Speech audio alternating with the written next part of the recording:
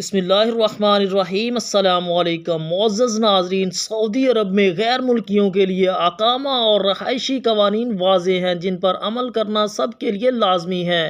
آجر اور اجیر کے حوالے سے بھی قوانین موجود ہیں، ان سے آگاہی بھی ضروری ہے۔ جوازات کا کہنا ہے کہ دنیا بھر میں کرونا وائرس کی دوسری لہر کے باعث فی الحال پاکستان سمیت 9 ممالک سے مسافروں کے براہ راست مملکت آنے پر پابندی عائد ہے۔ جوازات کا مزید کہنا تھا کہ مملکت آنے والے غیر ملکیوں کے لیے لازمی ہے کہ وہ مملکت آنے سے کم از کم 14 دن قبل پاکستان، ارجنٹائن، برازیل، انڈونیشیا، جنوبی افریقہ، ترکی، لبنان، مصر اور انڈیا نہ گئے ہوں۔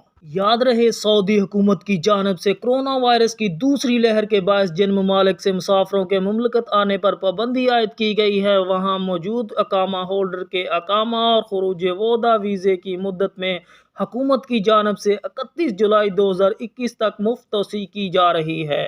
یہ مفت توسیع مرحلہ وار طور پر سعودی محکمہ پاسپورٹ اور نیشنل ڈیٹا بیس سینٹر کے تعاون سے کی جا رہی ہے۔ توسیع کرانے کے لیے جوازات یا کسی سرکاری ادارے سے رابطہ کرنے کی کوئی ضرورت نہیں ہوتی۔ جوازات کے سسٹم میں خودکار طریقے سے اقامہ اور خروج ووداع کی مدت میں توسیع کی جاتی ہے۔ خروج نہائی پر جانے والے ایک غیر ملکی نے جوازات سے استفسار کیا کہ فائنل ایگزٹ پر مملکت سے جانے کے بعد کسی دوسرے ورک ویزے پر آ سکتا ہوں؟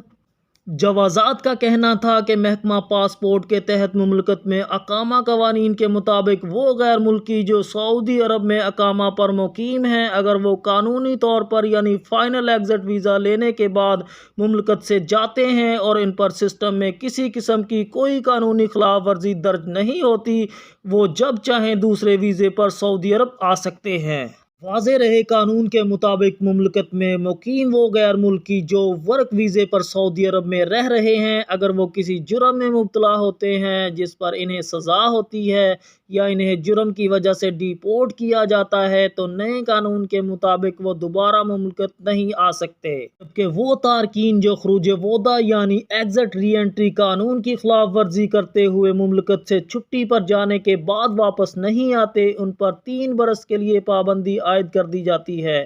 اس دوران وہ کسی دوسرے ویزے پر مملکت نہیں آ سکتے۔ خروج ووداع ویزے کی خلاف ورزی کے مرتکب اگر پابندی کے دوران مملکت آنا چاہیں تو وہ اپنے سابقہ اسپانسر کے دوسرے ویزے پر آ سکتے ہیں۔